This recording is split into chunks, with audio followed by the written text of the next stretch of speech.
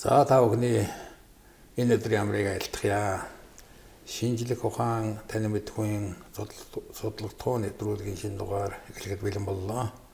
Манай энэ өдрийн нэвтрүүлгийн зочноор Монгол говь тэмээ нийгэмлэгийн тэргүүн Замдан хүрээ хүрэн тэмээт Оршооны дарга Манчгийн Даваабатар маань үргэлжлүүлээ. Бидний урилгыг хүлээн авч үргэлжлүүлсэн талархаж байна. Тэгээ би өөрөж нөрсөн шалтгаан бол хоёр зүйлийг тодруулъя гэсэн юм. Манай ах бол ингээд судлагдсан гэдэг нэртэй шинжлэх ухааны таны мэдхүйн нэвтрүүлэг.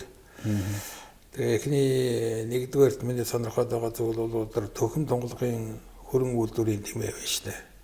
Энэ чиглэлээр өөрөөс чинь асуух юмнууд байгаад байна. Дараагийнх нь бол хөх харвайн тухай. Одоо өөрөө бол шарган говийн өгөөмрийн голын хөвгт учраас хөх харваатай холбоотой нэлээд мэдээлэл сайтай байх гэж бодож байна. Ийм хоёр сэдвээр өнөөдрийн нэвтрүүлгийг одоо явуулъя гэж бодож байна. Тэгээд эхний асуулт бол Монгол говь тэмээ нийгэмлэгийн тухай хэзээ байгуулагдсан, одоо хийж байгаа гол ажил юу вэ? Цаашдын төлөв зорилго нэр нь юу юм? Нийгэмлэгийн тухай товчхон мэдээлэх үү? Монгол говь тэмээ нийгэмлэг нь 2011 онд байгуулагдсан багмаа. Тэрийг бол одоо яах вэ? Тэр маань нутгийн улсуудтай уулзаад ингээд явж яхад энэ тэмээ мал дээр анхаарал одоо алдагчлаа.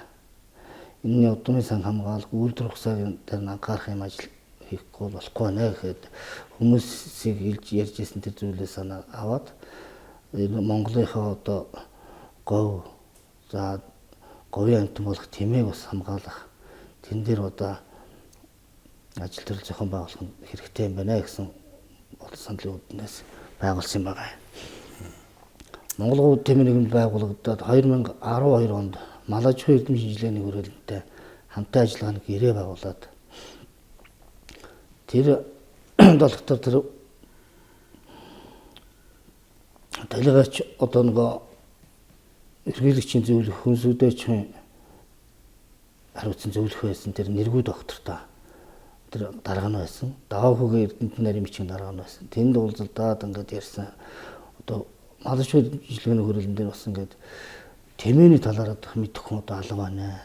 Дээрх нь одоо социализмын нэгдлийн үед ажиллаж исэн хэдэн настай өгчүүд маань одоо ингээд тэтгэврүүдтэй суудсан. Одоо залуу болсон хүн чинь алга чи бас энэ дээр оролцоод ажиллаач гэд. Тэгэл тэмээний талаар бид нар ярилцж байгаа хамтын ажиллагааны гэрээ байгуулад тухайн үед нутгаас одоо аавынхаа тэмээнээс 300 гаруй тэмээ авчирч энэ нутаг орон үзэж харж агаад хамтын ажиллагааны гэрээ байгуулж Төвөмгийн Баян цагаан сумын Өлзийт нуурын тэр өвлж өд тэгээ буцаж исэн тийм төвхтэй юм аа.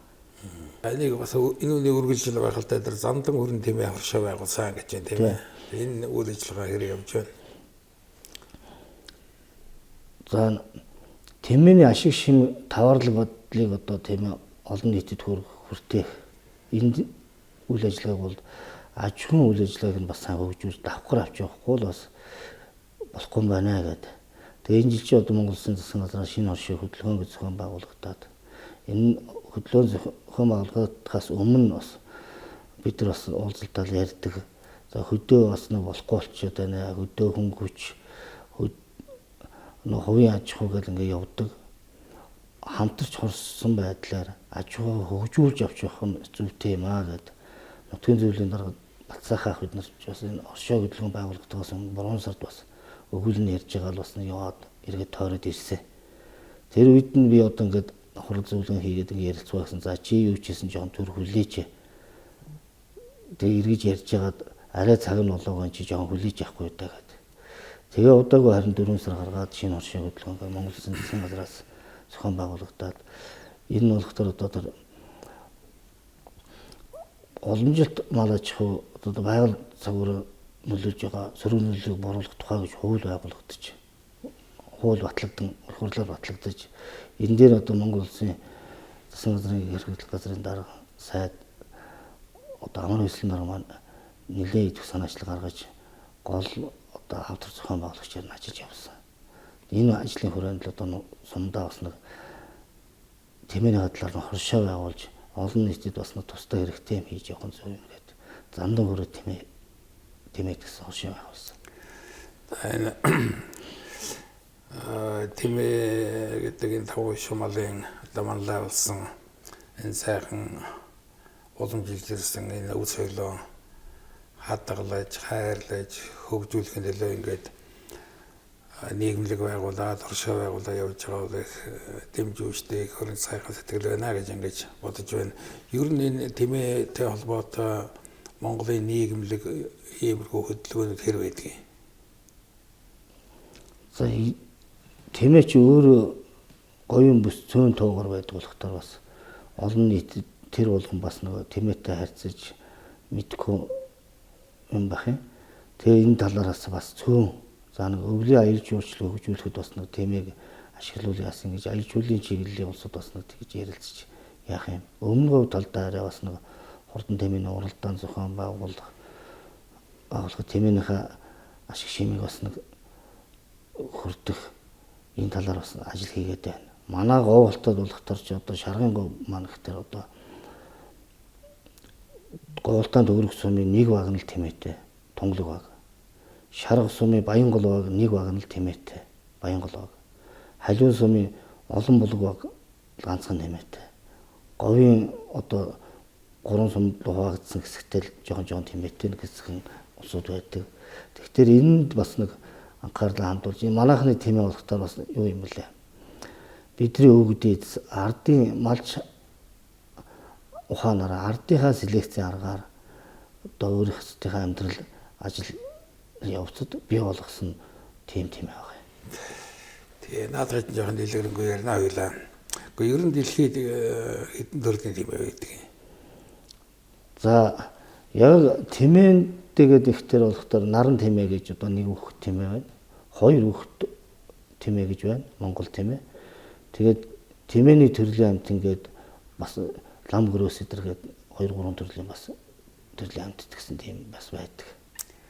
Тэгээ бас зэрлэг тэмээ буюу одоо хавтгай байна тийм ч бас нэг өг одоо хүртэл алтаа залгууд байна уу тийм үү? Байна. Цөөн тоогор одоо тэмээ дотроос ингээд яриад гэх юм бол одоо хоёр бүх одоо энэ Монгол тэмээ зөвхөн нүүдэлчин Монгол угсаатнууд л одоо бидний монголчуудын өвд эцэд л одоо өвлөгдөж одоо ингэж авч явж ирсэн одоо ингэж аж ахуйд хэрэгжилж ингэж өсгөж өржүүлж явсан мал юм билээ. Бусад орнуудад тэгж хоёр бүх тэмээ гэж одоо байхгүй шүү. Тэгээ яг үнэн байх шүү дээ. Нүүдэлчин удмынхан байх шиг байна тийм ээ. Монголд хайлмаг, казак, киргиз, хятадын хойтгоо буюу одоо өвөр Монголын ардлын аймагуудад л хоёр бүхтэй тийм байх шиг байна тийм ээ. Тий. Тэгээд ингээд судлаад үзэж байхад бол дэлхийн нийт тэмээний 90 орчим хувийг одоо наран бүхт тэмээ буюу одоо даргаан бүхтэй тэмээ. Тий.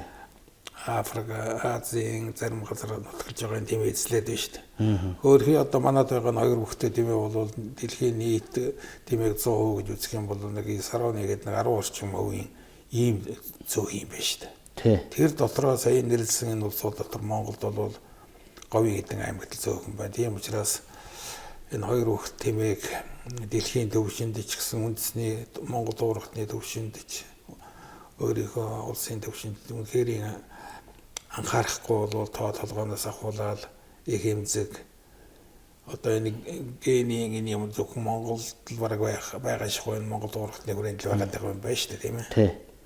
Тийм учраас та нарыг анхаарал тавихаас аргагүй юм байна л да.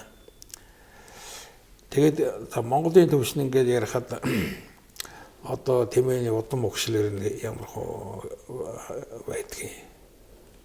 За Монгол тэмээнд одоо хоёр бүх тэмээ нэг үйлдвэр гэж явж ирсэн. Хуучин бол Монгол тэмээ хоёр бүх тэмээ гэж явж байгаа. За 1950 хэд он, 60-аад он, 70-аад онд одоо нэгдэл байгуулагдаж тэмээн дээрх одоо Оросоос бас ирж нэлээд ажиллаж бас тэмээн дээр судалгаа шинжилгээний ажлууд явсан байт юм лээ. Тэгээд харж яхад одоо өөр ингээд тодорхой болсон юмнууд байж таа галбын говийн улаан, ханы гэцгийн хөрөн, ламын гэгэний жаахан улаан тэмээч шиг тэр дундаа одоо төхөн донголгын хот согдор тэмээ бол бас бие даасан үйлдвэр байгаа тийм. Тэгсэн. Тий. Эдгээр хоорондын ялгаа нэр нь ямар ялгаа байгаа гэдэг. За ийм байна. Галбын оюун улаан гэдэг бол Өмнө Говь аймгийн Хамбогд сумаар бол төвлөрсөн улаан тэмээ байна. За энэ тэмээ бас өөрийн бас тодорхой бас онцлогтой бас тийшээ болохдоор ингээд арай дулаан байдаг болохдоор өвснөөс нь арай жоохон тачирхан тийм билээ. Төхөн донголгийн хөрөнгөд манайхны энэ байгаа тэмээ болохдоор эрт цагаас одоо аян жин их хэрэгжилж авч явж байсан өөрсдөө өсөж үржүүлэхийн хажуугаар их хүүтэн цагуурд илүү одоо хүүтэн даах төсвөрлөх чадвар их сайтай. Ноосны гарц бол илүү байдаг тийм байна. Энэ яадаг юм бэ гэдэг ингээд судалгааны ажлууд хийж ирсэн юм лээ. Энэ болохоор одоо хөвдрөх тусмаа өснөөснийх нь одоо ширхэх нь ягт болдог бүт одоо өснийх нь уг. За тэгээд ноосрохыг одоо тэр талыг бас манай өвдөөс сайн өсгөж хөгжүүлж яаж. Ингээд харахад ноос гэж байгаа боловч чи өөрөө ингээд малын ноос чи өөрөө ингээд хялгсан ноостой ч байт юм уу, ноолрох гэж байт юм уу, бүгд тослог ноостой ч байт юм уу, чиг ноостой гал ийм ноосны асууд явж идэг юм байна. За говьтай дөрөв хэллээ дээ говьтай аймаг хөвд бол төгөр шарга халуун голдоо байна уу? Тэр гурван самд л одоо Төхөн донголгийн хөрөнгө нэг багийн хэмжээнд байгаа юм байна шүү дээ тийм ээ. Нэг баг гурван баг. За одоо манайхны одоо аав нар нагас нар ч юм уу тийм автын асуудал болсон мал чинь дээ. Тэгэхээр Төхөн донголгийн хөрөнгө үйлдвэрийн тэмээний цөм сүрэг нь одоо шарган руу танаханд байж гэнэ гэж ойлгож болох уу? Тэгж болно. Түрүүн бас өөрөө дурдлаа. Тэр энийг бол одоо ардын селекцийн аргаар бий болгосон энэ Төхөн донголгын бие даасан үйлдвэрийг бий болгосон гэж хэлж штэ. Энэ үний гол онцлог бол ноосонд байх шиг байна. Ноосны үйлдвэр чиглэлээр илүү даваа байгаа шиг байна. Хос согдор гэдэг нь одоо ямар учиртай? За ийм л эрт дээр цагаас одоо ингээд манай өвгдөөс чи одоо маллаж ингэж авч явж байхдаа аль нь одоо төсвөрлөх чанар сайтай тарга твэргээ хүч чадлаа алддаггүй юм бэ. За тэрийг нь хараад тэгээ унлаг эдлгээндээ одоо аль нь чадaltaй, аль нь ачаа сайн даадаг юм. Тийм ээ тэр чадал чансагийн хүртэл харж ингэж байж байхдаа малж авч явсан юм байлаа. Гэхдээ тухайн үед ч одоо ардын аж ахуй төнгөлсөн үе нэг байсангүй гол одоо малын цөмсөрг болгохтөр одоо тэр тонглын усан зүйлийн хүрээнд байсан нөмнөө жас гэж байсан юм байлаа. Тэр жасын тэмээ бол их олон тооны тэмээ бас манай тэр нутаг оронд байсан. Тэр нөмнөө жасын тэр тэмээ болгохтор тэр манай өвдөөс малдаг байж. Тэгэхдээ ажлын хөлс гэж нэг юм өгдөггүй байсан юм шиг байлаа. Та нар өсгөж үржүүлээд хариулга маллага хийхий. Тэгэхдээ ажлынхаа хөлсөндөө нэг ботго аваараа гэдэг байсан. Тэгэхдээ аль хамгийн сайн удам угсаатай тэмнийхээ ботхыг өөрсдөө амьд авч ясан. Тэрүүгээрээ малынхаа цөмсөргийг бүрдүүлж явсан.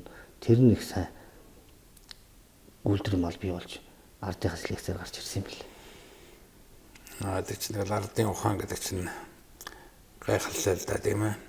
Тэгээд Төхөн донголгын хөрөнгө үйлдвэрийн тэмээний онцлог нь бол бид нар ярьлаа тэр хос давхар зогдор үүдэлтэй тэр одоо ноосны чиглэлийн илүү төлхөө анхаарсан юм үйлдвэр байна гэж. Тэгэхээр энэ одоо хос зогдор гэж яг юугаа хэлээд байгаа вэ? Тэр хилний үзүүний хоёр талын давхар зогдор байдаг өөр яадаг вэ? Хос зогдорх тэр тэмээний одоо хүзүүнд байж байгаа зарим нь бага шигч байгаа, зарим нь арай ихч байгаа. Тэр хоёр талдаа ингээ хослоод ургацсан тэр зогдор сортой урт үсийг зогдор үсгээр нь хос зогдор гэж чиж байгаа. Гэхдээ яг ингээд зөвхөн хос зогдрондоо тэр ноосных нь юу биш. Энэ чиг үргэлж ийм тослог ноостой. Аливаа тэр тэмээний хамгийн ноос багтаа хэсэг нь болохдоор гуй ташааны хэсэг байгаа. Тэмнийг ингээд нэг атгахад дүүрч дахиад атгахад дүүрдэг. Тийм их одоо тийм юу гэх юм да одоо тэр хоньны ноос шиг одоо тийм нэг юу штэ. Зузаан тийм ноолорхог одоо тийм ноостой байгаа. Гэхдээ тэр зөвхөн хос цогдорхын удган тэмээ гэж бас байдаг. Сүүлд нь орсууд ирсэн нэг сахал үсэгтэй ингээ хөмсгөхтэй орос тэмээч гэж нэрлэгдсэн шардуу тэмээч нэг хар сортой ингэсэн удган тэмээ удган л гэдэг юм да манайхан. Тийм ноостой тэмээний чинь ноос нь ингээд үргэлж ингээд өр байж идэг хөөгн ингээд зулаад ингэсэн юм шиг. Тасрахгүй хүртэл тийм ноостой байдаг шүү дээ. Тэгээ манай энэ төгөм Монголын хөрөнгө үйлдвэрийн онцлог нь бол юулдаа сая үндсэндээ хэлчлээ. Хос согдорн орол үнэхээр онцгой. Тэгвэл хамгийн гол онцлог нь бол сая хэллээ. Тэр бүх биеийн ноос нь чигэд. Тийм ээ. Одоо их бие, хонго, ташаа, гуй, бороо бүгдэд нь чигэд ноостой байгаа байхгүй. Тэрүүгээр их чухал. Тэгэхээр ерөөсөө манай хос согдорт тэмээний одоо тэр ноосны гарц бус дэнгийн тэмээтэй харьцуулахад ямар ялгаатай байдгийг. За рекорд байна одоо нэг тэмээс байна. 1987 оны 2 сарын 7-нд гэсэн байсан. Хүнсүрдэ аж ахуйн яамны тамхтай нэгжилтийн холбооны дээд зүйлийн тамхтай тийм хувцгаан дээгээс би тэр гэрчлэгийг харж ирсэн. Тэр лоолгорын хөрөнгөд буурнаас нь 22.5 кг ноос гарсан. Зөвхөн нэг буурнаас нь гарсан байдаг. Тэгэл 20 кг-тэй 18, 19-тэй жингэл гарцсан. Бажагийн нагас дарчч амбагийн манай аавын бавгар гэдэг нэг буур мөнхөө ахын нэг хөөхөн гэж байдаг үлээ дээ. Нилээн олон тэмээнүүд ингээд улсад төрүүлсэн байдаг. Би энэ судалгааны ажил ингээд давхар үзэж хараад ингээд явж байхад юу байд юм бэл. Өмнө говийн тэмээнээс хамгийн дээдл нь 11 кг ноос гарсан байт юм байна. Тэгэхэд манайхны тэмээ чинь нэг дахин илүү ноос гарч ирсэн. Нэгдлийн үед чи одоо тэмээ хэсэгчийн л одоо улсад одоо ажиллаараа их шалгар тэргүүлж ирсэн юм байна. Тэр яасан гэхээр одоо нэг тэмээнд нөгөө нэг тэмээс тийчнээ кг ноос гарсан байх хэвээр гэдэг ажлын нөгөө үзүүлэлтүүдээр тэгээс их сайн мундаг малчид тэмээчд их байсан. Тэдний манай ажлын югаар сумчин одоо нэгдэлж 230 сишчээр хадлагын механикцсан салаа трактор одоо өвс ам боогч өөмөрч л одоо ард цагаанаас одоо 7500-аас 8000 бодол өвс авчдаг байсан газар шүү дээ. Тэг чим тийм их өвс тэрнээс хадаад авчдаг л одоо ингээ ус ургамлнаас муудсан байна. Тэгээд тэр наачаа онцгой юм да. Тэгээд энэ хосогдортын одоо буурын зүгээр дундаж ноосны гарц гэхэд л 12 кг гэж байна шүү дээ. Ингээд тэгэхэд нэг 6-7 орчим кг гэдэг чинь дунд чинь шүү дээ. Тэгэхээр саяын хэмжээний одоо 20 гэдэж гарч байна. Ингээ бодоход одоо бус үйлдвэрийн тэмээнүүдээс үнэхээр төгөн Монголын хөрөнгө үйлдвэрийн тэмээ болоорой онцгой гэдэг нэг харагдаад л байгаа юм л да. Тэгээ энэ үйлдвэрийг хэзээ батллаа? Энэ үйлдвэрийг батлагдах нь олдохоор нөгөө Монгол ов тэмээ нийгэмлэгч чинь мал аж ахуйн эрдэмтэн шилжүүлэлт хамтын ажиллагаанд гэрээ байгуулад би 3 жил одоо тентгийн эрдэмтэн зөвлөлийн хурлын зардлыг дааж авч явсан юм байна. Тэгээд явж явах явцад одоо бүрөө аргач байгаа нөгөө хуучин хийжсэн нэг судалгааныхаа ажлыг үржлийн хэсэг байсан. Тэрийгэ үйлдвэр болгож баталгаажуулах хэрэгтэй байна гэд хүсэлт гаргаад тэгээд эрдэмтэн зөвлөлийн хурлаар хэлэлцүүлээд хянан магадлагын ажлын хэсэг байгуулагдаад тэгээ 15 онд хянан магадлагын ажлын хэсгийн дүгнэлт гарч хүнсүдэ ажихын хөнгө үйлдвэрийн сайд байсан Бурмагийн үед үйлдвэр болгож бие даасан үйлдвэр болгож баталгаажсан юм байна. Монгол тэмээний 2 хүүхэд Монгол тэмээнд дотроо өндөр ашиг шимтэй ийм үйлдвэрийн мал гэдэг нь бол тийм ээ тоо толгойн хувьд хангалттай хүрэлцэж байна. Өмнө авчээсаа одоо тэр шалгуур үзүүлэлтийг бол хангадд юм байна. Ийм учраас Монгол тэмээний төхөн тонглын хөрөнгө гэсэн үйлдвэр болгож малын батлуулж малын гин фондод бүртгэгдсэн юм байна. Одоо энэ дээр бас дахиж л анхаарч л байхгүй бол үйлдвэр ухсааг нь сайжруулах ер нь л селекцийн ажлыг бол ер нь байнгын л одоо шинжлэх ухааны үндэслэлтэй эцэг мал, үржлэх мал гэдэг шилдэн сонгож явахгүй бол бас болохгүй юм байна шүү.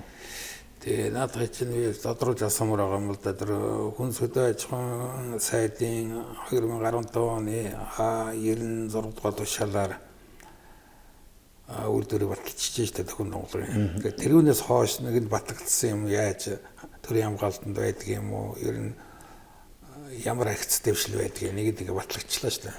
Тэгээ эндээс бас нэг хянан магадлага удмын сангийн ажил бас давхар хийж яах юм бэ? Тэрийг бол одоо бас тэгээд сумын орон нутгийн одоо мал үржлийн тас гэдэг бас нэг хийгээд явж явах хэрэгтэй байгаа. Түүнээс хөв иргэн хүн болно гэж одоо хяналтын харгалт хийгээд ч юм уу тэрний малын өсөлт боожилт авч байгаа тарга тээврэг амьдын жин тийм ээ бие организмд хэр томорч хэр одоо төлөвлөх чанартай байгаа тэр нь бас сайн хийгдэхгүй байгаа. Энийг л одоо тэр Төхөн Тонголын хүрэн тэмээн дээр яасан тэр зандан хүрэн тэмээд оршооныхаа ажлын хүрээнд л тэнд байгаа оршооны гишүүд малчд болсон улсууд дээр л бас давхар явъя гэсэн тийм бодолтой байгаа. Тэр пүрэв аргачаагийн судалгаа үргэлжлүүлэгч юм уу өөр одоо яг нэг тагнасан энэ судлаачид юу байна эрдэнэтэд? За одоогоор яг тэн дээр дагнаад ажилласан хүн бол бас алга байна. Гэтэ сумын мал эмнэлэг үржлийн тасагт нь одоо Чулуунбаатар ахын хүү Жорж Ямц мэргэжилтэн тэр юуг хариуцаад бас ажиллаж явж байгаа. Тэр талаараа хэлж ярилцаал явж байгаа. Тэгээ ер нь цаашдаа бол Төхөн Монголын хүрэн тэмээний үйлдвэрийн одоо тэр аж ахуйн ашигтай талуудыг баримтлахын зэрэгцээгээр цэвэр үйлдвэрээр зааш нь хөгжүүлэх өшөө одоо селекц хийх ийм бодлого явуулж байт юм байгаа зү тийм ээ. Тэгээ одоо нэг байнгын нөгөө бүртгэл хяналт судалгааны юм давхар нөгөө видас юм явахгүй болохоор манайханаас ч одоо тентгийн тэмээ сайн гээл хүн болгон л буур аваад ингээд тэмээ малдаа ингээд эцэг мал болгоод хэлж ичээр ашиглаад байдаг. Манайхан өөрсдөө одоо яхахын тулд одоо нэг цус нь бас ойртчих ч юм уу тийм хэмжээнд бас очичоод байгаа. Тэрийгээ бас өөр газараас бас тэр удмын сангийг хамгаалах тэр шаардлага хангагдсан тэр буур хийлтүүлэгчийг бас олж сонгож тавих бас шаардлагатай байгаа. Тэгээд ер нь өгчүүд хэлдэг байсан л ухаанд ингээ энжинд явдаг ат болвол илүү одоо би хаана одоо тэгшрээд тэгээд одоо тэр төсвөрлөх чадвар нь сайжраад шал өөрөө нэг зэрэг яваад ирсэн хүн шиг л байдаг байсан гэж ярьдаг байсан шүү дээ. Тийм одоо эдлэгээ унлага хэрэглээний одоо байна уу? Одоо сүүлийн үед ч одоо тэр аянжин тех тийм байхгүй болчлоо. Хуучин одоо монголчуудын тэр ачаа тээврийн үүргийг одоо нороондоо тээж явсан тэмээгийг чи одоо машин техник хэлбэгсэн учраас тэгж ажлаганд хэрэглэх хайж байжлаа. Хятад мотоцикл гараад хөдөөгийнх нь хөмбөл муутай болцсон болохоор тумаараа унаад ахын ч бас багасчих. Тэгээд тэр одоо энэ ашиглагдахгүй байгаа энэ нөөц боломжийг яаж ашиглах вэ? Тэгэхээр энийг одоо аялал жуулчлал ашиглах, энэ сайхан хатан тэмээгээ ашигладаг, эдэлдэг ийм байдлыг бас нөгөө талаар нь бас ингэж хангаж тэрүүгээрээ хөдөөгийн малчин иргэд бас орлого олдог. Тийм байвал бас хэрэгтэй юм уу даа гэж бас бодож байгаа шүү. Одоо бидний үед ч одоо лавдаш тэр чинь бол ер нь эмнэг тэмээ байхгүй байсан үе шүү дээ. Бүгдээ сайхан сургадаг гэсэн. Одоо тийм спортын мастер цол болоо гэдэг байсан баг шүү дээ үед. Дээхэн сургуулийн. Тийм эмнэг сургуулийн спортын мастер цолыг олгож исэн юм лээ. Лодон ганцугах нэг спортын мастер болсон гэсэн нэг тийм юу байдаг шүү. Тэрнээс хойш тэгж албан ёсоор тэгж бүртгүүлж ярьж спортын цол зэрэг яасан бол байхгүй байгаа. Одоо тэр болцол нь байд юм болов? За тийм юу болоо би спортын тухай хууль мөглөн тэгж оруулсан юм бол байхгүй л. Тэрийг бол одоо сэргээж оруулах хэрэгтэй. Тэгжээж одоо мал хүн хоёрын хоорондын харьцаа улмаа ортох нь байна шүү дээ. Одоо ер нь тэгээд эмнэг хангалын бол бишгүүл болсон байдаг байл үгтэй. Тийм. Тэгээд одоо дээх нь бидний чинь хүүхэд баг шиг байхад бол одоо эмнэг ат мор эмнэг мал гэж юм байхгүй байсан. Одоо айл үуч одоо тэгээд цөөхөн хүүхэдтэй болж тэр болгон мал ахуудаа хэрэглээд байх нь бас багасч тэрнтэй холбогдоод ер нь тэмээ малаа сургах, номхруулах, эдлэгээ хөндлөгөө хийх юмрээсээ багассан байна. Энийг юмаа одоо бас энэ чигээр нь явуулчихгүй эдэлдэг ундаг мал ахуйгаа бас нэг өөрсдийнхөө хэрэглээнд зөв зохистой аваад явждаг байдлыг бас авч үлдэх хэрэгтэй байна бас. Одоо төгрөг сумын хүрээнд тэгээ ярихад ямар хүмүүс хичнээн тооны одоо тэмээ малж байна. За манай Банчимажигийн хүүхдүүд бүгд тэмээ малтайгаа байж байна. Сүхбаатар ганц Сүхбаатар хүүхдүүд нь байна. Сүхбаатарх Болдоо, Хадаа, Хөргөн тэрхэн Баттар жиж байна. Тэгээд Бүүжэгээ залуу байсан. Манай наах Замбагийн хүүхдүүд одоо тэрхэн Нямсрын Дорж тэгээд хэн байна? Чулуунбаатар ах байна, Түм ах байна. За манайхнаас мөнгө байна. Тэгэл Гаяхын хөрөгчүүд бас тэмээ малтай байна. Урд Ганбаатар ах байна. Тийм бол за Жойжлахын хүүхдүүд бас тэмээтэй байна. Тийм л усуд тэмээ малтай байна да. Тава мөгөдрөс байгаа бах тийм ээ. Ер нь одоо Говьлтан аймгийн төвшөнд хичнээн тэмээ тоологдсон байдаг. Тэр дундаа төгрөгийнхэн гэдэг байт юм бол.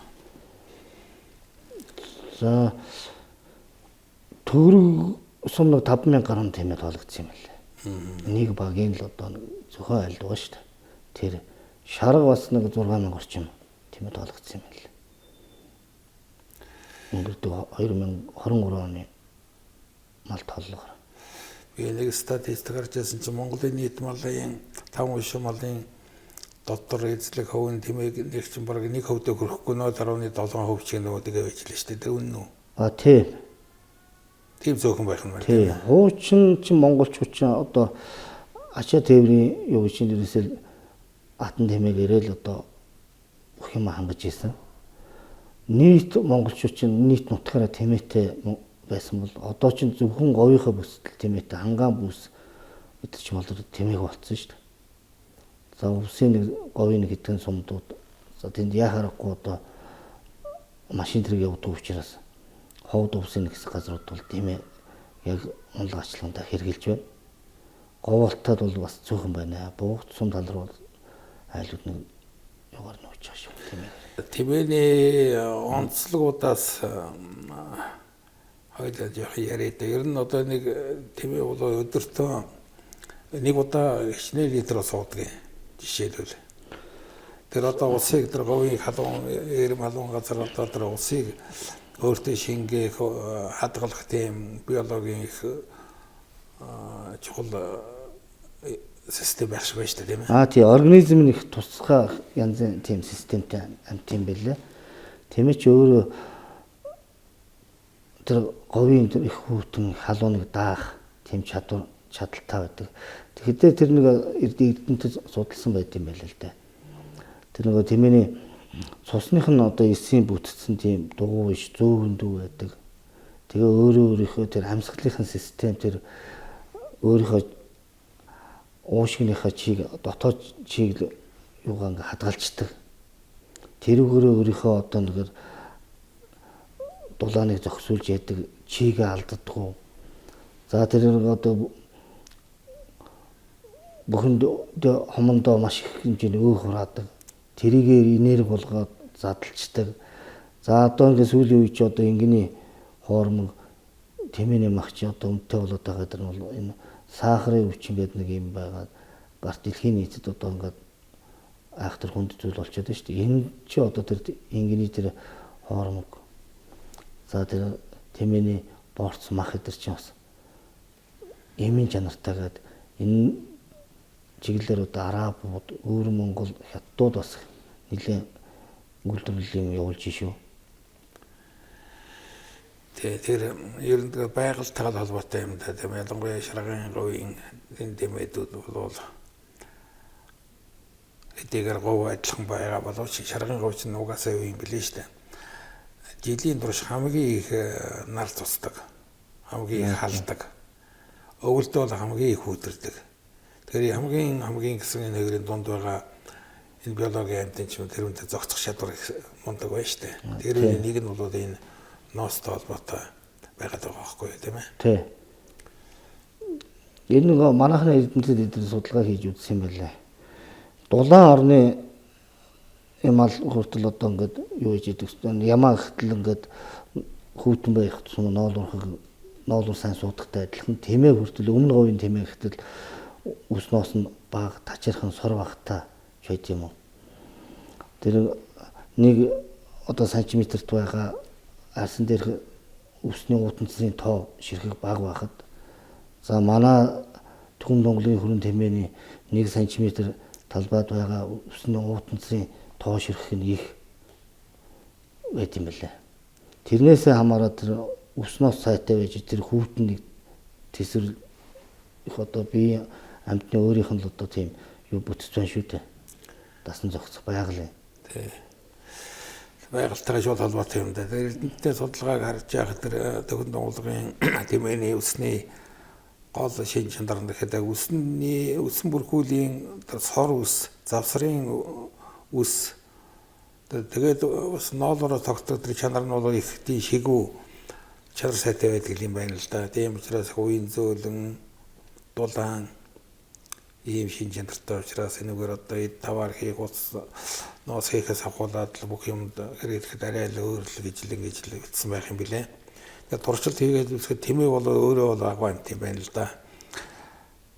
56 70 хоног усгүй байж чадчихна гэж байна шүү дээ. Өвс өгөхгүй ингээд өвс өгөөд ус өгөхгүй байхад 78 хоног зөвхөн ус өгөөд байхад 86-аас 131 хоног тэсвэрлэх чадвартай байсан гэж. Тэгээ ийм амьтан ер нь өөр байх уу ер нь? Энэ байхгүй шүү. Тий. Тэгэхээр энэ бол арга байхгүй одоо тэнгэрийн амьтан гэж хэлдэг. Үнэхээр говийн эрдэс баялаг амьд одоо тийм урхал байна шүү дээ. Энэ тийм учраас энийг одоо хайрлахаас аргагүй гэж ингээд та нарын зүтгээд байгаа бол их чухал учиртай юм байна гэж ингэж бодож байна.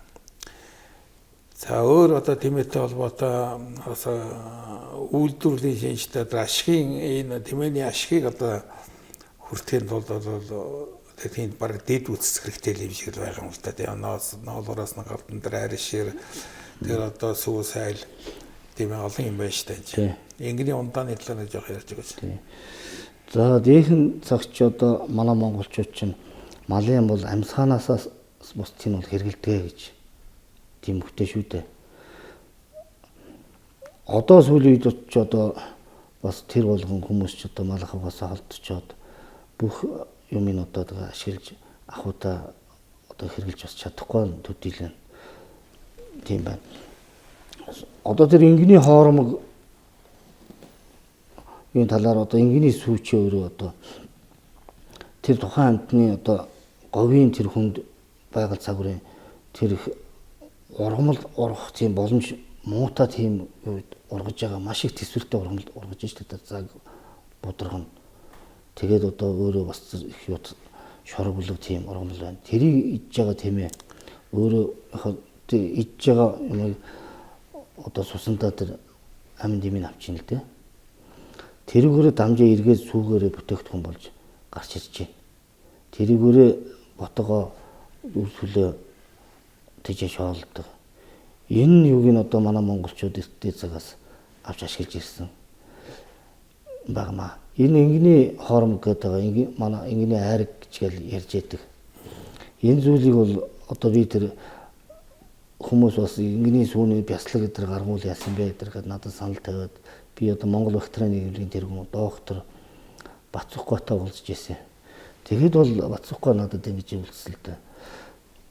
Нэгэнт хэдэн мянган жил монголчууд өөрийнх нь хөрөнгөөр нь эсгээд эсэг цагаатай боловсруулад одоо хоромог ингээд ирсэн. Энэгээр нь л хэрэгэл бидний бие организмд энэ тасцсан энэгээр л хэрэгэл өөр янз янзын одоо тийм амт өнгө оруулагч жийт юм тийм хийж явах шаардлагагүй. Ингэний цагаа хэдвэл өөрөө олдшгүй эрдэн шүү гэж надад хэлж ирсэн шүү. Тэгээ одоо тэгээд ахууга одоо ингээд нөгөө мал ахуу бүх юм ингээд одоо унаа ихтэл одоо машин моцикл унаа явчихж байгаа учраас атмаараа унах боломжгүй болчих. За тэгээ хөдөөгийнхэн чинь би сая одоо 2 сар одоо хөдөө орнуудахаар явж байгаа л ирлээ. Үнэхээр тэр оршооны ажиллаар ингээд явж байна. Яваад ирлээ. Тэгэхэд тэр хүмүүс тэр морь унаа, тэмээ унаа тэр гэж малд явах ямар ч боломжгүй юм байна. Гэрт нь 2 хүн байна. Их бол 2 хүн байна. Гэрт. Тэгэл нэг ганц хүн байж та. Тэр нь болохоор ихнэр нь хүүхдээ аваа сургууль явцсан. Өөрөө тэгэл малаа дагаад үлдсэн байдаг. Нэг моцикл ухс хийж ирээд нэг малаа эргүүлж ирнэ. Тэгэл ирээд тэр хоорондоо гэдэг ямаа санах. Цаг нартаа уралдаж л гэж л яах юм. Тэгээ хүүхч ухт нь одоо нэг бага болчир байхдаа ингээд аав ээжийнхээ дэрэгд байгаад ахуй соёлоо мэдээд мормолоо унаа тийм ээ. Тэмэгээ унаад ингээд аав ээжийнхээ ойр зүрийн юм тусалцаа хамжилцаад ингэдэг байсан тийм ахуй соёл бол алдагдсан байна. Тэгээ энэ ахуй соёлоо бас нэг орчин үеийн энэ нүүдлийн соёл гэж соёл гэж яг ингэж хойлдож байгаа нэг лүгээ хуусч байгаа энэ үед бас гаргалгыг нь олох ёстой л да. Олох ёстой. Хот согдолтой тэмээний 30% нь одоо Монголд байна улсууд бас байдаг юм шиг байна лээ. Тэгээ түрүүн хэллээр нь тэмээний тоо толгой хорогдоод байна, багасаад байна гэдэг маань үнэн л дээ. Одоо зүгээр статистик энэ юм харж байгаад 1954 онд 895 мянган тэмээд олгогдсон гэж байна шүү дээ. Тэгээд 1993 онд ороод ирэхээр багасаад бүр 200 мянга хүртэл багасж штэ. Тэгээд одоо бол тэмээ ер нь хэд өрчөөд байгаа юм. Өсөж байна. Одоо бол өсөж байгаа. Одоо бол өсөж байгаа. Дээхэн үед ч одоо нөгөө монголчууд уламжилт ахуй соёлоороо байсан болохоор одоо бүхэл одоо нүүдэл суудлал хийх тэр юмдаа тэмэн дээр нуруунд ачаал одоо нүүдлийг хийдэг. Ундаг эдлэг одоо унаар одоо юмд болохоор тэмээгээ ашигладаг юм байсан учраас хүн болгон тэмээг бас хамгаалж ясан. Тэр нөгөө тэмээ эзэл сэтгэрийн оруулалтыг хүүхд гардыг шүү. Тэмээ тэднийх өндөр гаргасан бити ороорооч гэдэг юм уу. Тэрийг тэмээг тэгж хамгаалж авч явсан юм байлаа. Тэр чинь бол түүнээс тэмээний мах эзэн хүн сэтгэрийн оруулалтыг хүүхд гарч чинь гэж юу ах вэ? Одоо ч Улаанбаатар эдийн говьс болцвол хойшор бууз мозон тэр өндрийн махаар хэрглэж шүү дээ. Тэр яагаад их тоотлого нь хорогдсон бэ гэхээр нэгдэл байж байгаад тараад нөгөө нэгдлийн тэмээг бүх хүмүүст одоо нэгдлийн гişүүд төвчлээр өгötгсөн. Тэгтэл чи нөгөө тэр болгонд тэмээтэй харьцдаг хүн байхгүй. Зуйны зүгээр алдаж яхаараа зүгээр мөнгө болгоч игээл бааны ялгаа хийгээл Улаанбаатар руу ачуулдаг гэсэн. Тэгээ нэг талаасаа тэгсэн. Нөгөө талаасаа нөгөө тэмээгээ харьцаж мэдэхгүй. Нөгөө мал ахуйгаа адгуулж өсгөж үржүүлэхээ бас мэдэхгүй байсан болоод тэмээ толгой маш их яасан юм байна. Хорогдсон юм байна. Одоо нэг 600 мянга хүрчээд байгаа л гэж байна. Тэгээд өсөж байгаа сайхан байна тийм ээ. Тэгтэл тэр 2019 оны тоолгыг харж байгаад Монголын мал бараг 70 сая хүрлээ штэ. Тэгэхэд 0.7% тэмээ гэдэг байгаа байхгүй. Нэг хөөж хүрэхгүй. Тий. Энийг л одоо шил оншруулмар байгандаа наацсан тийм ээ. Одоо чинь овсын нэг цөөхөн говьтой хэсэг сумууд л тэмээтэй байна. Завхны нэг говь хэсэгтээ говьлтатаа залгаатай хэсгийн сумд л тэмээтэй 3-4 сум. Ховдын гэхэд бас нэг цөөхөн 3-4 сум л тэмээтэй. Говьлтаа гэхэд бас нэг цөөхөн 5-6 сум л тэмээтэй. Цөөн тооны тэмээтэй. Баян хонгор говьд говийнхаа хэсгээр тэмээтэй.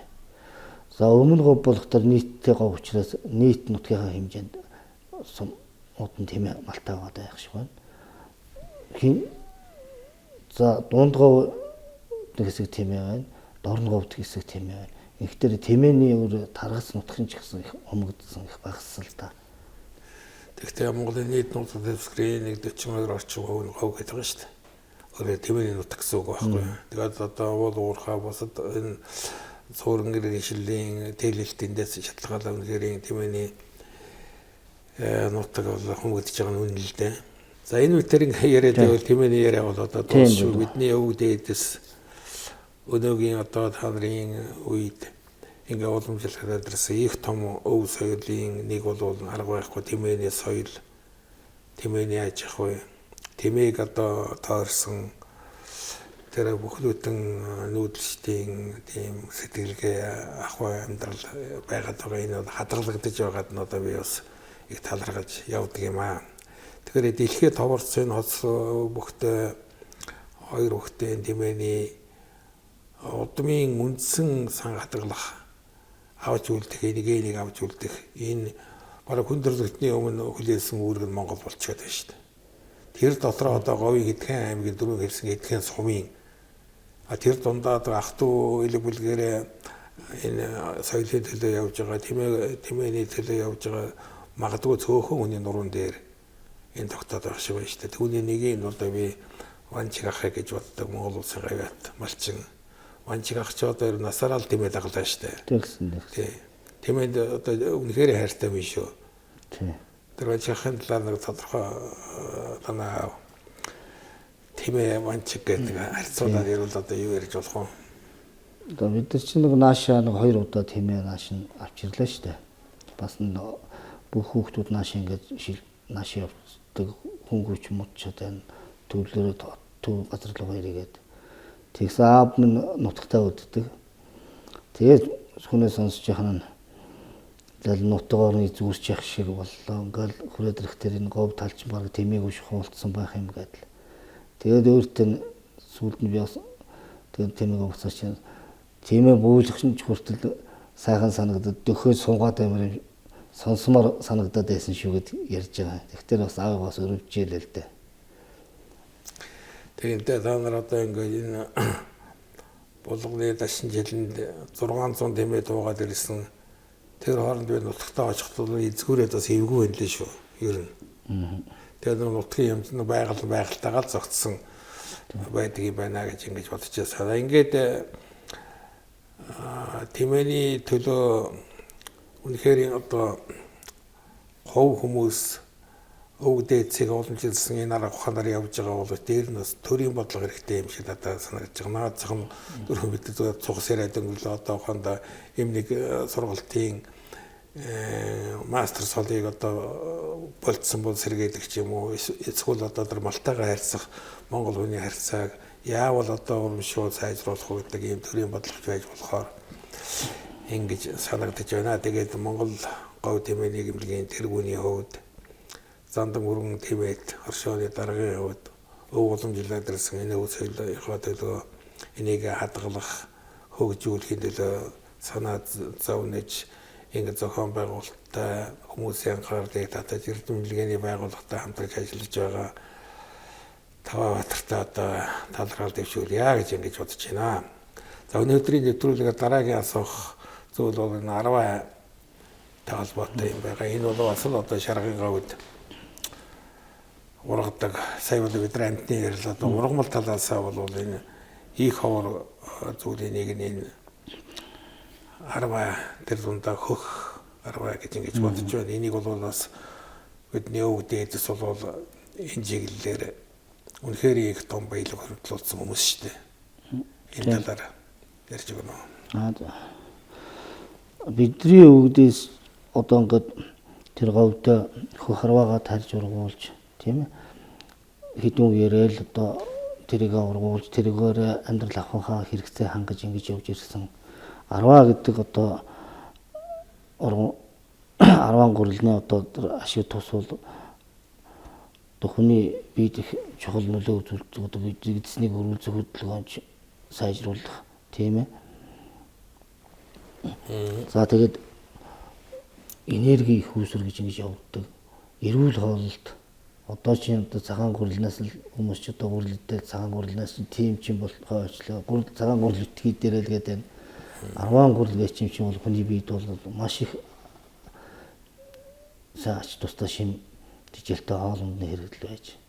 10-аагаа манайхан одоо тарж ургуулах юмыг одоо бас би одоо 1991 92 оноос л мэдх юм да. Өмнө бол хүүхэд байхдаа 10 гурал тэрэмдэл тариа хийгээл гурал тэрэмдэл ингээл идтгэл байсан болохоос тэрийг яаж тарж ургуулдаг гэдгийг мэддгүй явж. Тэгэтэл нөгөө картын шилжээд одоо нийгэм шилжлээ шүү дээ. Картаар одоо гурлуудаа өдр болгодог болол юм хүм тасраад 91 92 он чинь. Тэгээ бид нар хавар яг нэг тэмээ малндаа яваад ийм мал ботголол овоо ахижсэн 4 сарын 20-д болтсон байсан баха. Тэгсэл манай ондгорын цагаан гэдэг одоо гөөмөрт байдаг шүү дээ. Тэгсэн тэмдэл бүгд сувлын шүүлгээл тэгэл одоо яах юм болдог мэдсэнгүүл тэгээ нэг хүрцтэй ирээрээ гэл хүн болгон нэг хүрцтэй тэгэл яваад очлоо. За тэгсэн чинь өлөө цагаан сарын жоохон боо өдөр яцсан тэр бүхэл хайрхнуудаа цаадээ ундааныхаа дээжиг өргөөл их овоондоо ингэж өргөөл баяа алтаа мэн гэдэл өгчүүд тэгэл тэр автобусын эднийхээ дээжиг өргөчгөл за та нар одоо ингэж ясаа 70 жил Оросоор тэжээлгсэн. Одоо өөрөө тэгээд тэжээх цаг боллоо. Орос наашиг юм өхөө байсан гэд. Тэгээд эрэгтэйчүүдийнх нь хамгийн том нь галсаах байлаа. Дараачих нь аав. Тэгээд бид нэр за ингээд бид нар тэр үед мотоциклээр ингээд явхад нэг юм дөрвөлжин цагаан газар юм ургаагүй.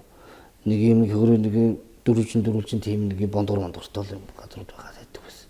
Энэ яад их тариа тийм бол гэхээс биш өөр яг тэгдэг ингэдэг учиртай юм. Тэгсэн тэнд шууд уух бол бид нар таг хийлгэл. За ингэж гიშгэд ингээд юм хийж ингэ шүү. Гэт хийж өгд юм. Тэгэл хамгийн их нь настаа хамгийн дээдлийнхаа газараас одоо ингэж аваад дараагийнх нь за чи хэрэг хэмжээнд тарьж чадах, чи хэрэг хэмжээнд тарьж чадах гэл бүгднгийн наснаас нэгж ирэмжлээд бүгдэнд нь газрыг нэгж явуулж игэл. За энэ хэмжээнд тариа тарина. Одоо энэ тариага талбай хашиж торлно гэл тэнд байсан хэрэггүй болоод нэгдлийн үед байжсэн нэг том төмөр утсан гэдэг бөөгнүүл хайдсан байсан. Тэднийг бүгднийг тасчуулаад тор татуулаад шон ухуулаад тэгэл тэнд дотор чи бүгднийг л бид нар гараар юм хэлгэлээ. Тэгж л анги тариаг ингэ тарьд юм байна гэдгийг л яалаа.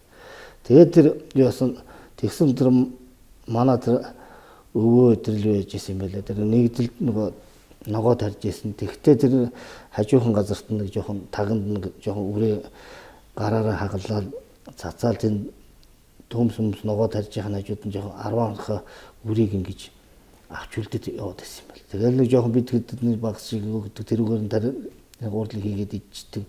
Тэгсэн тэр үрийнх нь өөс тасраагүй нийгэм шилжээ тэр хүнд болцсон үед манай говийнхан бол тэгж их хөл барцаалтаагүй шүү. Тэгэд бид нэр тариуллаа. Тэгэл бүгд ингэ аавын баашинд нэг юм цагаан модтой нэг юм төмөр үзүүртэй юм хөвтөд байдаг гэсэн. Юу гэдгийг ихтер анжис гэдэг гिचдэг байдаг. Тэгээ бид нар ч нэг хүрсэнгүй. Тэгэл тэрүүгээр тэгсэн тэр тариулал хамгийн их усын одоо ам ус тэр газар усгий юм өгүүлэл тэрийг ингээ бүрэн нэвчтэл шингээж чигийнх нь бас нэг тэр чи харж байгаа юм дээр нь явхад нэг малын хөл хүний хөлд нь шавар шавхаа болж наалдахааргүй болгож ингэж ярьж байгаа. Тэндээ үрээ цацаа тэгээд нөгөө бойтга анцаа чинь шороо болж байгаад модыг ингэж тэлүүлж байгаад нам барьчдаг юм байлаа. Тэгээд номхон тэмээний ханганд хийж нөгөө анцаар чирж газар хагалаа. Тэгэл нөгөөх нь тарамжийн гэж нэг юм хавтгай хүндийн мод бас чирж ингэж явж бүх юмаа жигдэлж явал. Тэгэл услаад тариад 3-4 удаагийн туслага хийгээл. Тэгэл намар хэлээл ийм цагаан газар юм ургад юм удаа л гэж бодож байсан. Сүүлд нь 6 сар хүрээд ирсэн чинь бүгд сайхан ингэж жигэд сайхан ногоон болчихж. Тэгээд жоохон үзүүрээс нь шаарлуулж яж усалдын шүүхэд. Тэгээд дараачихын тэр услагийг ихийн ус гэж гэдэг юм лээ. Тэрийг хийчихэд дараа нь хүрээд ирсэн чинь нэг түрүүн гизэг дараа дахиад нэг 7 сарын үед нэг эзэг услага хийгээд тэгээд 8 сард бид нэр оролцоод бүгд гар хадуураар ингэж хадаж явал тэгэл тэн дээр чинь тэр тариа яаж хийдгийг бүгднгийн одоо тэр нагц авгонор нутгийнхаа тэр хөгшчүүдээс сурч авлаа та. Яг өгөөмөр яг одоо яг хаана тарьж ирсэн бэ? За юу байсан юм бэ лээ? Яг өгөөмөр төгрөгийн сумд болохдоор өгөөмөрт л хамгийн гол одоо тариа тарьж авдаг тэр хөх гараагаа тарьдаг буудааш тарьж хурааж аваад тэрүүгээр сангуурлаа хийж иддэг байсан юм байна. Тэгэхээр ард цагаан хамгийн том талбайтай гэсэн байсан. Булгийнхний ус ард цагааныг услаад одоо доош явруудад тэр нэг алгадлагын уртал дээр сухааны их гэж байгаа шүү дээ.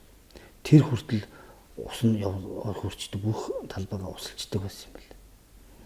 Өгөөмөрч одоо ард цагаан, ондогрын цагаан тэр шивнэрийн артл шүү дээ. Тэрийг бураатыг тарьждаг, алгадлагыг тарьдаг 4 газар тарьж ирсэн юм байна. Гол тариалан шид нэг юм байх уу?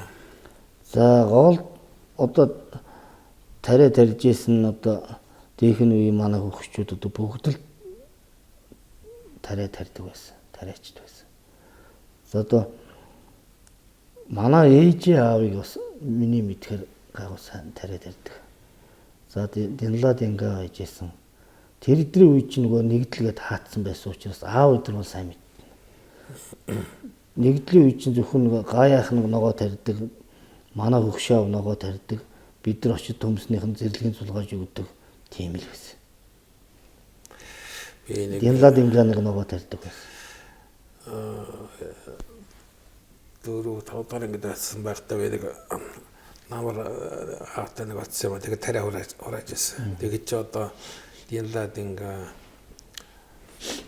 боцамба Яг одоо хийх юм байсан дээ. Галсан хатар байсан байхдаа бол тэгээд нөгөө манчиг авах байсан байх. Тэгээд юу ч хийсэн юм одоо сүлд нурамшуулаад нэг юм том гуулын төмпөн дүүрэн тариа авны хормогоо дэш болго хормоо дээр хийж өгөөд би нэг баярлаад явж билээ. тийм. Хүүхдүүдийг л тэгэл урамшуулаад жоохон байлгсан байх л да бол. Хүн болгоно юм хийлгэн тэгээ хов их шиг олгодог. Тийм хов гэж хэлж байсан. Хов олгодог. Тэрийг зүгээр ингээд авчихгүй заавал хормоогоор ингэж тосч явдаг. Ийм бас ёстой юм учиртай. Тэгээ тэр 13-ны ч одоо хуураад гар тэрмэлдэг байсан. Тэгээ сүүлд нь одоо Хөдөлмөрийн Баатарын Жимбатын нэг яриаг сонсож байхад Жимбат дээр ч бас хараад ирсэн байл шүү дээ. Тариа тэрийг бол нөгөө цахилгаан тэрмэлсэн чинь өндөр нь байхгүй болчиход байна. Гар тэрмэл тэрмэлж жинхэнэ дэр нэг 10 гурил чинь 10 гурилаараа байдаг юм байна гэж ярьж байгаа юм сонсож байсан шүү. Тий. Тэр чи юу гэдгийг тэр нөгөө цахилгаан тэрмэлж одоо хурдан дөрвдөд тэгээд ингэ нунтгараад юу очдөг. Яг одоо нэг бууданы нэг гурил шигч биш. Тэгээ нэг хөх харвагийн чи өөрсдөө ингэж болгож явах зөөлөн темпер ингэж татж иргүүлж байгаа шүү дээ. Тэрүүгээр ингэ ширүүн татчихтаар бас бүглээрээ гарчдаг. Их удаан дахгүй нэг темпер ингэж иргүүл татал тэгэл яг тэр чулуун тэрэм чинь халааж ингэж явах юм байхгүй. Яг л байгалаар натуралаар нь гаргадаг юм байлаа л дээ. Тэр нь хүртэл технологи гэж байгаа. Тэр нь хүртэл технологи. Тэгээд тэр Жимбатыг ярьж байна. Би өглөө бол жоохон арма шаардсан зуурал ичдэг. Тэгээд миний өглөө хоол. Гэж тэр хүнд бол маш олон сонголт байх. Тэр сонголт болж үлдсэн нь одоо 10 гурил шаардсан сойрго шүү дээ өглөөний хоол. Тэгээ ингээ бодоход бол одоо хүртэл тэр хэрэглээ тэр гайхамшигтай эрүүл мэндэд тустай Монгол хүнд аргагүй зөгцсөн нэг тийм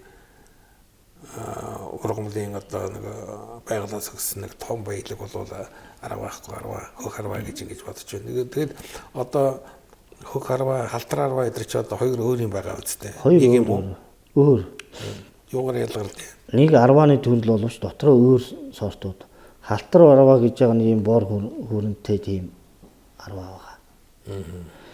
За хөх харваа гэдэг нь болохоор тийм хөхтүү тийм өнгөтэй тийм байгаа. Хөхтөө ята. Хөх харваа. Тэгээ манайхны тэр одоо 10-ныхаа үрийг одоо ингэж соортолж ардынхаа аж ахуйд авч явсан болохоор их мундаг юм байлээ. Намайг багшаа би чинь оюутан бас энэ дээрэл Үзэн мэмгийн хажууд байж илээ. Үзэн мэмэдтэй ингээл өдөрт юм хүм яриад 10 гурлаа зурж хөрж идэл явахтар надтай болохтар их яриа нийлээд идэх юм байна л да. Яа тийм ихтэй зайл нөгөө хөдөөгийнхөө юм ярихтар би хөдөөгөө мэд хөдөөгс учраас хөдөөгийнхөө юм мэдээд идэг. Настай хүн чи өдөртөө ганцаараа шихул өдрийг өнгөрөөнө. Хотын улсуудтай юм ярихтар чи нөгөөдөл чинь хөдөө ахууг мэдэхгүй учраас нөгөөдөлтэй нэг тийм нутгийнхаа талаар сайн ярьж чаддаг юм байж. Тэгэхээр намайг ингээд явахтар тэгээ тарианы гурлыг ингэдэг байж илээ. Өдөр нэг ингээд бидний чинь цуглаж орж ирээ нэг цайгаа уухаар чинь хүүхдүүдэд нэг шаадсан тариа ингээд өгчдөг. Тэгэл тэнд ээж нь бантантаа цайгаа хийгээд ингэж яхаа оронд л хүүхдүүд ингэж шигшээл ялгаал нөгөө тарианы хуйгт байх шүү дээ. Одоо тэр чигээр тэр үрий чинь муу юунаас салгаад ингээд цэвэршүүлээ сортлоод авчихна гэсэн үг байхгүй. Тэгээд нөгөө аль идээ сайтай гэдгийг ингэж авч үлдчихэж ягаад муугийн нэг тэгж нь ялгаад тэгээд нэг хүн чинь одоо нэг аягыг л ингээд өдрийн цав хооронд хийгээд байх чинь. За энийг ингээд ялгадсан шүү. Энэ нь сайн энэ муу юм байгаа шүү гэл аав ээж нь хэлээд өгдөг. Хүүхдүүдийг дагаж яг адилхан сургаал. За яг тарианы чи энэ үрэн сайн байд юм энэ нь болдгоо юм байна шүү гэдгийг мэдээд авчдаг. Тэгээд үрээ нэг ялгаж ингэж авчигаад хаврынхаа үрийг тэгээ эргүүлээд юундаа хийдэг. Тариагийн зүгээр ил ингэ байлгаад байдгүй тэр чинь уурхаад хадгалт юм байл дээр нь. Уурхаа газрын нүхэнд хүчээ газартын чигээр амь чигтэй хадгалдаг байсан юм байл. Алагдлагад уурхаалдаг байсан юм байл. Одоо тэгээд өмнө тариа бэлжүүлжсэн газрын нэг нь улуу гөмрийн төхөн дунгуулга байгаа даа шүү дээ. Энийг одоо дахиж сэргээх тийм боломж байна уу? За одоо бага хэмжээнд яг одоо нэг сүлжилт өс шалтгаалаад одоо тэр нэг болоо шандны ус муучлаа. Тэр өгөөмрийн голыг ихээр тавьсан тэр нэг зам байгаа шүү дээ.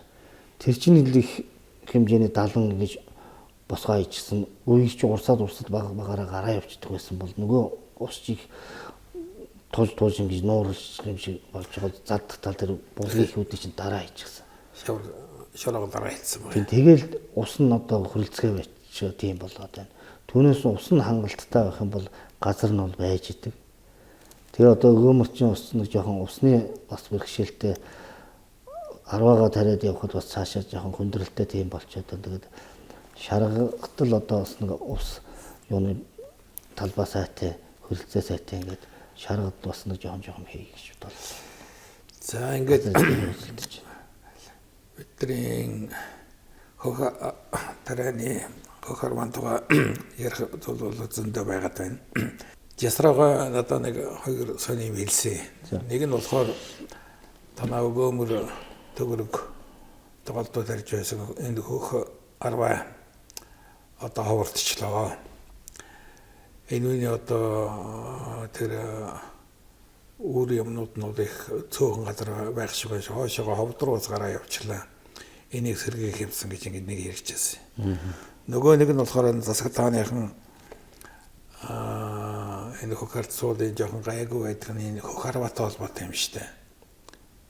Энийг эдижсэн хүүхдийн оюун ухаан бол одоо их өөр байх ёстой гэж ингэж хэлжсэн шүү. Тэгэхээр бол нэгдүгээр угаасаа таримжил өвлөд ирсэн энэ соёлыг энэ 10 энэ боён гişгийг одоо цааш нь үргэлжлүүлээ дараа үеийнтэй өнөөдөр хөгжүүлээ дараа үеийнхэнтэй өвлүүлэх нь одоо бидний үүрэг шүү дээ.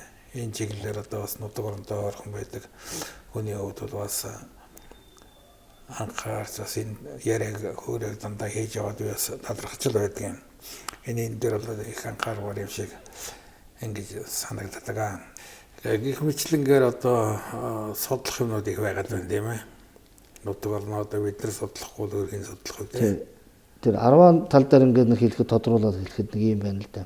Одоо энэ хангаа газар дээр ургаж байгаа энэ дэмтгийн тарьсан 10 болох дөрөв шүү дээ нэг юм чигчээ гурвшгал нэг юм толгойтой байгаа энэ тариан төрөв.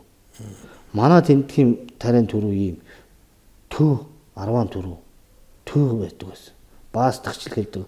биднийх одоо нэг төв байсан бол одоо нэг ийм сөөм хэртэй болж иж гэл тэгжсэн. Тэр нь тэгсэн мөртлөө 6 талтаа тэгээд ихэр толгойтой нэг ширхэг 10-аас гарах 10-ны тоо хэдэн мянга дахин өсөж байгаа байхгүй. Дөрвөн талтаа ингэж гардаг энэ хэдэн 10 тариа ч юм буудаа ч юм уу байх уу тийм ээ. Тэгэхэд ийм төв хэртэй ургаад тэгээд ихэр толгойтой 6 талтаа ургана гэхдээ тэрнээс гарч байгаа тэр 10-ны өсч үржиж байгаа тэр үрийн бол бас мундаг үр байгаад.